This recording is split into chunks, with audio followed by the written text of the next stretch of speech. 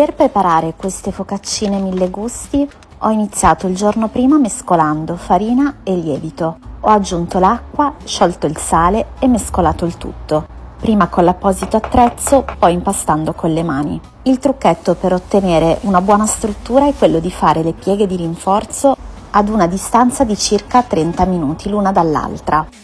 In tutto io ne ho fatte 3, sempre con mani oliate oppure leggermente umide. Una volta pronto si prepara il panetto direttamente sul piano di lavoro e si ripone a lievitare in una ciotola ben oliata fino al giorno dopo.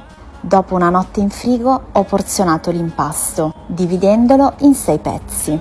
Ho preparato le palline in questo modo e le ho lasciate lievitare ancora un'oretta a temperatura ambiente.